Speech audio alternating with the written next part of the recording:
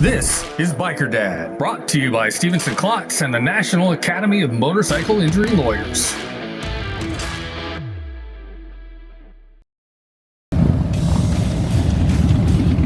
On this episode of Biker Dad, Mother Truckin' Freedom Rally. It warms my heart today, very much so. It warms my heart, and I'm glad that we're doing this, and I'm glad that people came on board. Bikers roll out to support America's truckers with red, white, blue, and chrome. Then, I step inside the wall of death and live to tell about it. We're inside the wall of death. You can see all the spectators up there. Clearly insane people who make their living defying death tell me why they do it. And speaking of crazy, one man's life changed in an instant when his wife left him. That's when he left on an epic cross-country journey on a mini bike. In July last year, I bought a Honda Ruckus, and I started riding that around. 2,000 miles on 90 cc's. Biker Dad TV starts now.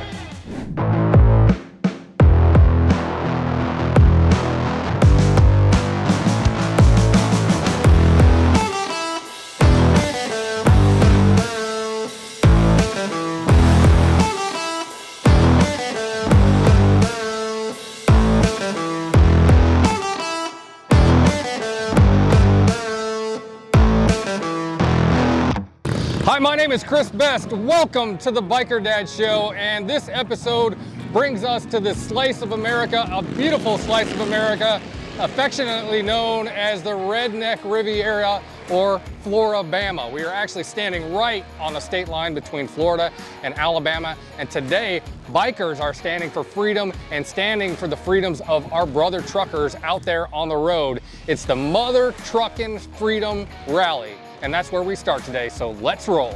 Mr. Best, you are organizing a biker rally known as the Mother Truckin' Freedom Rally that is set to begin on March 5th. This is not a political event. This is a red, white, and blue, wave the flag, red, white, blue, and chrome, and we're gonna get together and talk about America and freedom, and we're gonna do it on motorcycles because what's more free than being on a motorcycle?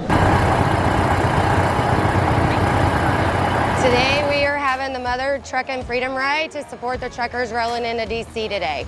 The truckers going into DC today is to fight for freedom, and basically what they're trying to do is end the mandates, which the mandates has started lifting. However, if they don't get rid of the Emergency Act, then they can always bring back the mandates. So that's why the truckers are doing what they're doing. This is important to me because I feel like it's about freedom. It should be a choice. This isn't about the left or the right or being vaccinated or not vaccinated. I think the government's overreached a little bit. It should be about a choice. If you want to make that choice, that's fine. Whenever you have high school children doing their own protests for their freedom, and children still being in masks, even though some of us down here don't have to wear them, other people in other states still have to. So that's why it's passionate to me, and that we all gathered up here today to support that. Fuel prices are ridiculous. They shouldn't be this way. There's no reason for them to be this way. There's a lot of things going on that shouldn't be going on. And we're standing up for the people.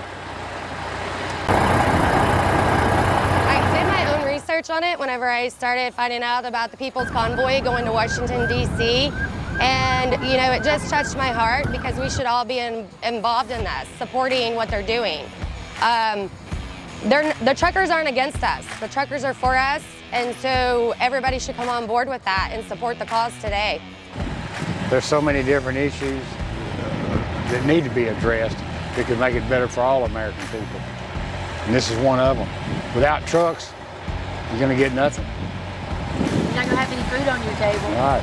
You're not going to have even the construction to build a home. Without the truckers, America wouldn't be America. Truckers supply the stuff that all Americans need, and without them, we wouldn't have those supplies. We wouldn't have the food. We wouldn't have the electronics. You wouldn't have the clothing.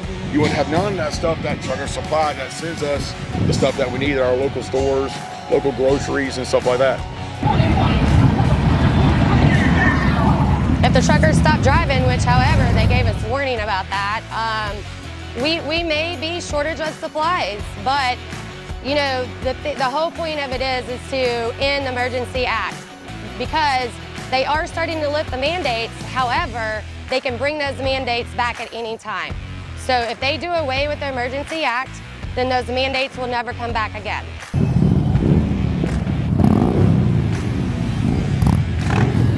Today we got the Freedom Trucker Rally. Try to raise money, raise awareness for freedom and freedom of choice. So you were the sponsor of the event, you bought the t-shirts. Why is it important enough for you to throw some of your own money behind it?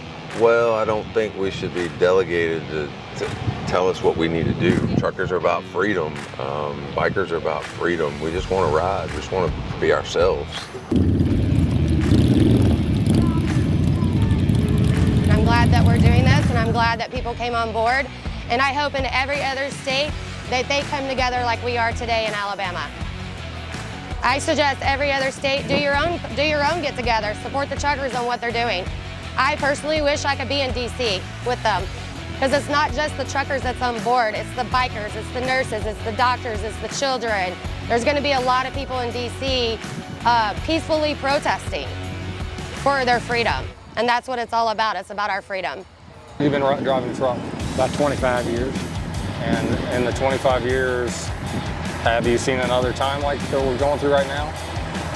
Not like this, no. They cut they stopped the pipeline. They're buying fuel from Russia. And we should be getting our own crude out of our ground. First off, thank you guys for coming today. Give yourselves a big round of applause. Give America a round of applause. To be proud to be American, where you have the right to say and do what you want to do. And if you want to prove your pride and show your pride, you're here today. And looking at the flags on everybody's motorcycles and the flags on my husband's truck, that shows people are proud. And that's what it's all about. It's about pride and family and having a choice that you can make yourself. It's that simple.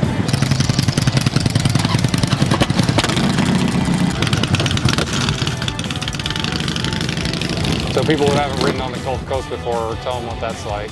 Oh man, this is year-round riding down here, brother. It's awesome, it's great. Yeah, today was beautiful, yeah. I live out there in Passageville, Mississippi. I actually escorted the ride from the Rib Crib down in Ocean Springs, Mississippi.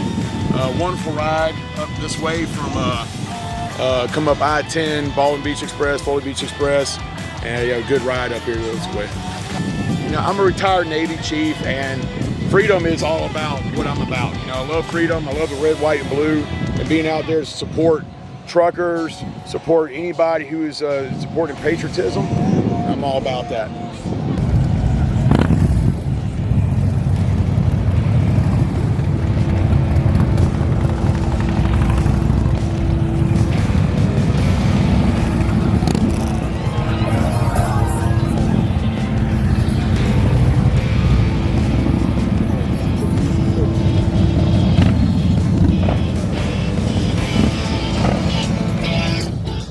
This week's Tech Tip is brought to you by Mobile Bay Harley-Davidson.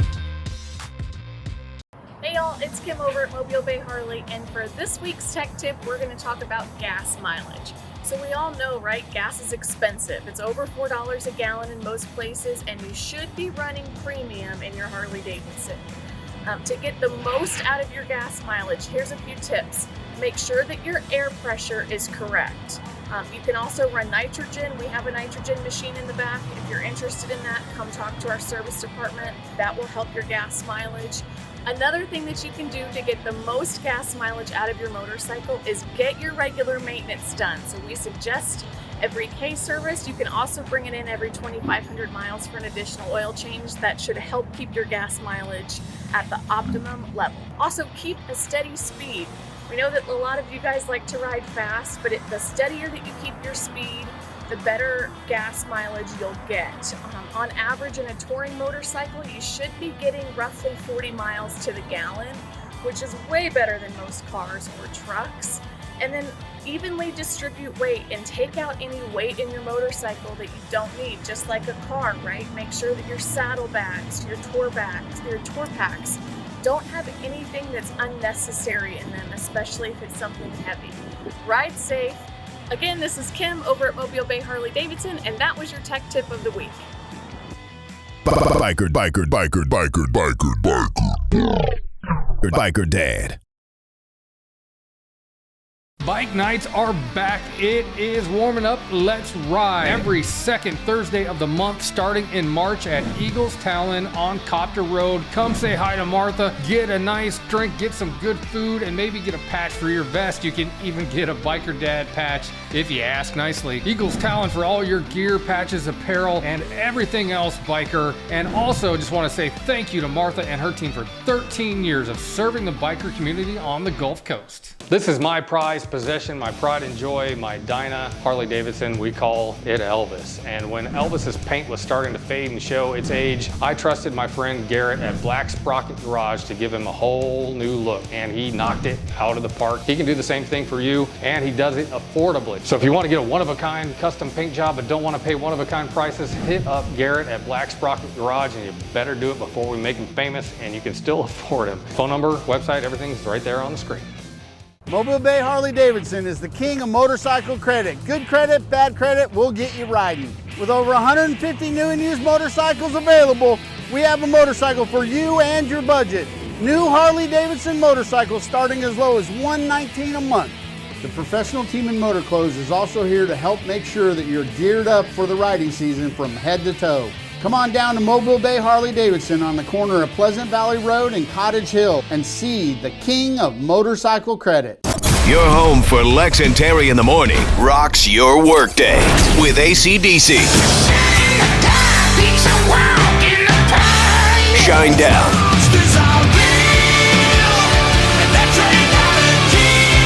And Offspring.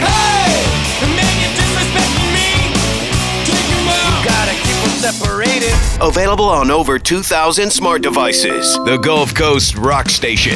TK 101.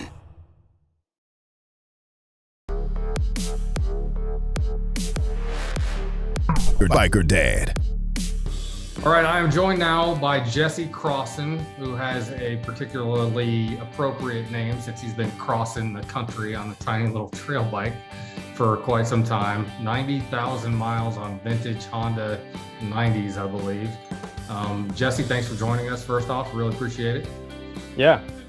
So my friend Mike Wally ran into you down at Bob's Downtown Diner and took a picture and shared it, and it kind of went viral. And that's how I found out about it. I'm always on the hunt for stories, but apparently I have friends who are on the hunt for those stories now too. So first of all, just tell us who you are and where you live and all of that stuff. Yeah, so I'm from North Carolina, and I've been, my office closed down at the beginning of 2020 in like March. And then, so I was working from home, and then, my marriage started to fall apart, and, we sold the house. And I was like, what am I going to do? But, I just wanted to try something. And I thought, I'll just go out and hit the road and like see how far I get. And then I kind of set the goal of going around the country and managed to do that. It was only 9,000 miles, not 90,000, but. I'm sorry. Yeah, I knew that. I misspoke. 9,000 miles. It kind of is one of these things where your life kind of wasn't going the way it was, and you chose to pick a motorcycle as your wind therapy. Tell me a little bit about that. How that helps. It's just this total awareness, not letting your mind drift or daydreaming or anything like that. And so I really got over my driving anxiety, and also just it was like after riding a motorcycle for hours, I would feel amazing. What I say is like small bike, big adventure. Sure, you could buy like a GS 1200 and go from Alaska to Argentina, but you could also like unicycle across Alabama. And the question is, which one is giving you more adventure per dollar, right? Like obviously the unicycle. There's definitely times when it was like, it was tough going, like, just say, getting across West Texas or something with the wind, I notice all the windmills are pointing the same direction as me. And I'm like, uh-oh. But honestly, I would say it comes down to more like the mental factors. I mean, physically, like, yeah, I mean, I would get cold, but that's just because I didn't have a windshield. And, you know, sometimes like my butt would start hurting, but it's like I felt like I took that as a reminder to stop. So that's the toughest part. What was the coolest thing that you saw? I had a really great experience hanging out with some people. I actually broke down in the middle of the San Carlos Apache Reservation in Arizona. And I was like at this gas station, this little tiny gas station, and I smelled this weird, I stopped, I filled up. I smelled this weird smell. I was like, what is that? And I couldn't figure it out. And then I couldn't start the bike. And I was like, wait a second, maybe that's me. And I put this lithium ion battery in there, which was a dumb idea. And it was just like smoking and melting. And, you know, luckily it didn't damage anything else. I pulled it out. But, you know, I wound up spending the night like in the parking lot, literally like in a parking spot, camping at this gas station, and just met all these amazing people. I mean, it was all like tribal folks, like getting gas or food or whatever. And, you know, lots of people offered me food. They offered me money. I was like, I'm good, thank you. You know, I just need a battery.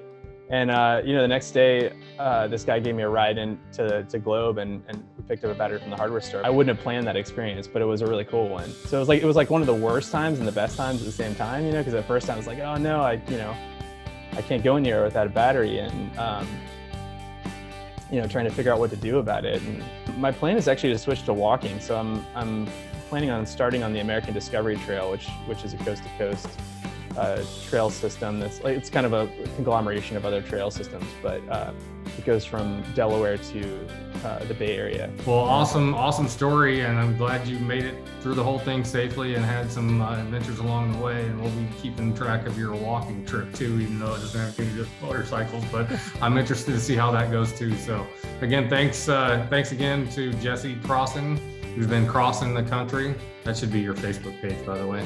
Crossing the country or crossing the divide, or I don't know, whatever. Anyway, thanks for joining us. All right, Appreciate thank it, you. and we'll keep track of your adventures. All right. Good luck with everything. Thanks. Stay safe. Biker Dad. There's a little place in downtown Mobile on the corner of Fat and Happy, and it's one of my favorites. Bob's Downtown Diner isn't just a great place to eat and home of the best French toast you'll ever eat. It's one of the best things you'll ever put in your mouth. It's also an important part of the community, and not just the biker community. I'm grateful, I'm grateful for the bikers that I meet from all over the country. Bob's is a hot spot for bikers and very biker friendly, but it's also family friendly. I like to bring my kids here Sunday after church for brunch. Please visit my friend Tony Sawyer at Bob's Downtown Diner and check them out on the corner of fatandhappy.com. You've got someone experienced who's going to walk side by side with you and fight for you. It's something that Eric and I both take really seriously, and it's something that we both get a great deal of pleasure out of from being able to help people at that level. I have the ability to help those who can't help themselves, and we can really change people's lives through what we do. My daughter and I were hit from behind by a vehicle that was traveling about 70, 80 miles an hour, and the rest of the traffic was stopped. The interaction with the team here at Stevenson Klutz was fantastic. They were very caring. They were very concerned about us. My favorite thing was just getting to know them as people. Their care, their concern, their focus on our total well-being. We could not have asked for anything else. It was just phenomenal. I would recommend them to anyone and everyone. We are going to be that law firm that gets to know you. And if we do a good job of telling the story for our client, then everybody's going to be better off. When you're in a band, it is like being in a family. We do everything we can to try to fine-tune our practice just like we would our band. It's critical to whatever degree is humanly possible to live that story for the client, and that law firm is going to be us.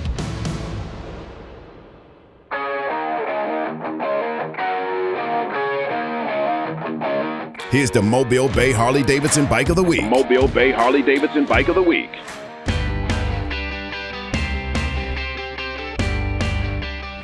Hey, it's Kim over at Mobile Bay Harley-Davidson, and this week, for our Bike of the Week, we have a 2022 freewheeler.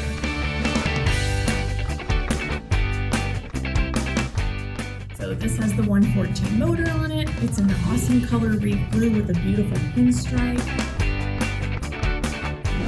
Just like any trike, it has an awesome trunk and some storage space. Come down, let's get you on a test ride, and we'll get you on the road.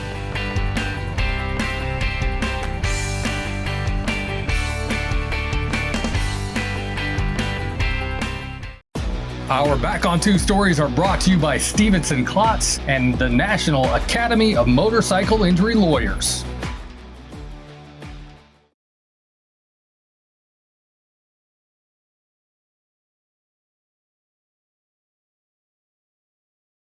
My name's Sam McDaniel. I was stationed in Fort Bliss. I was a 91 Bravo wheel vehicle mechanic.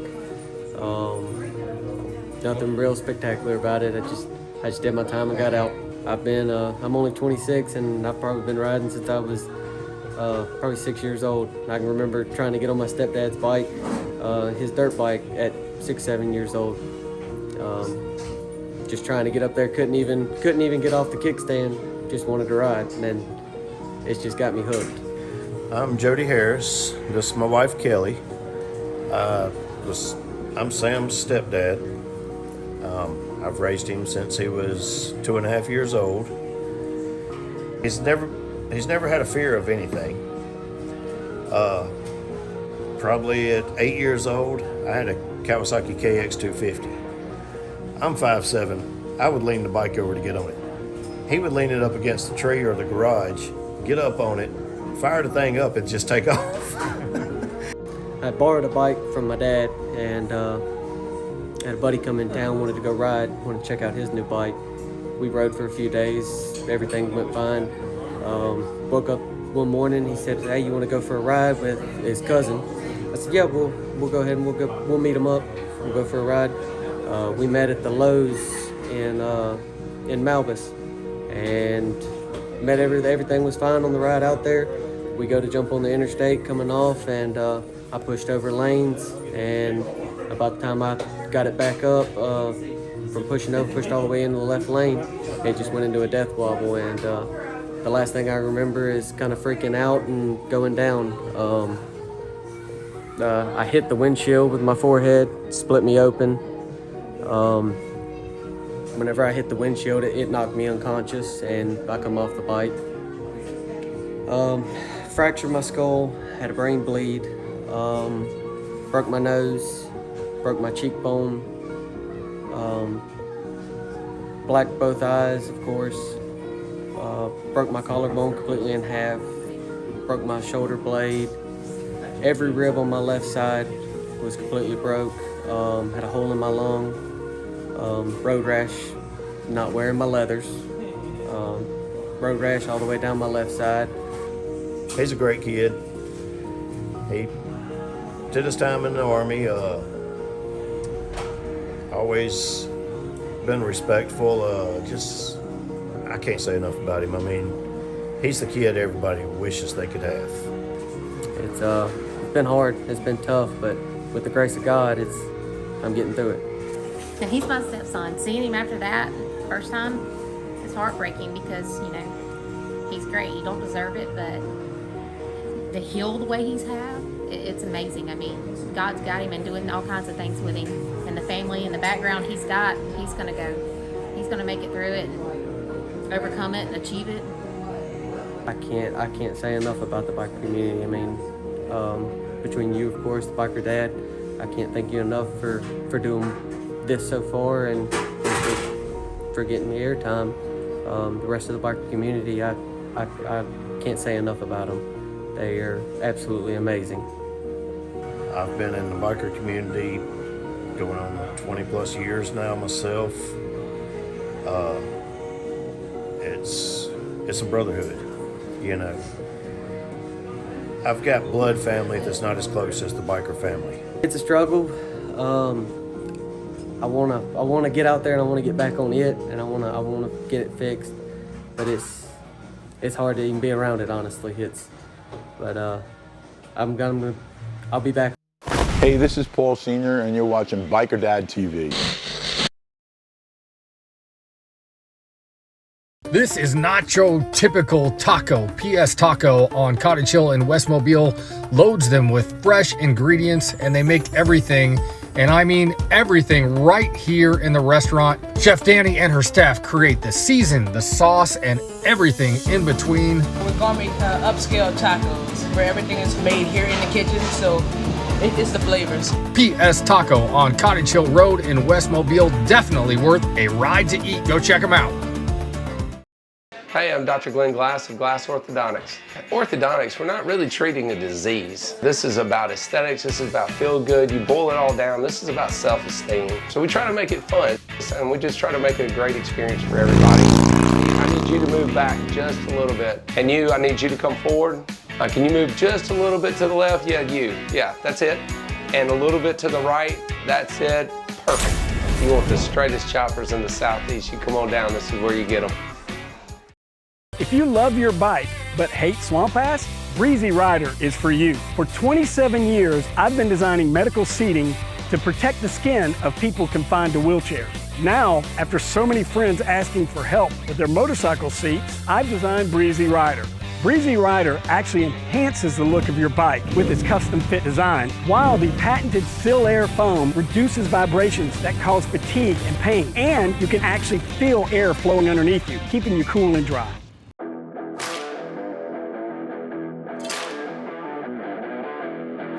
This is Biker Dad.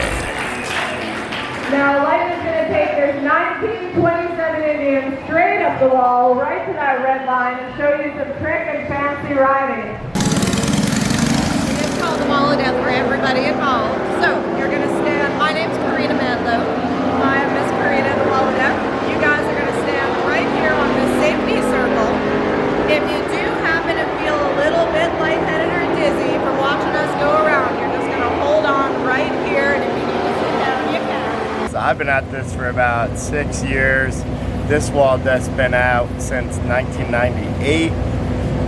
This is the largest wall death in the United States, and we are out here at the Barber's Vintage Festival. We're just tricking gravity by about that much, and we're running 4 to 5 Gs.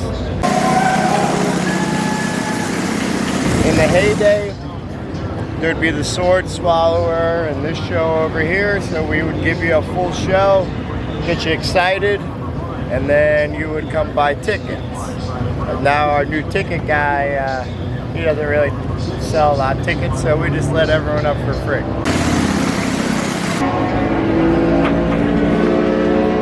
Alright, so I survived the wall of death, and the wall of noise is more like the wall of death. The fumes and the dizziness, it was a blast.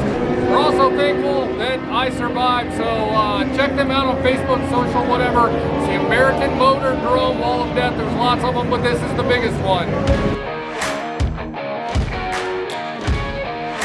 This is Biker Dad.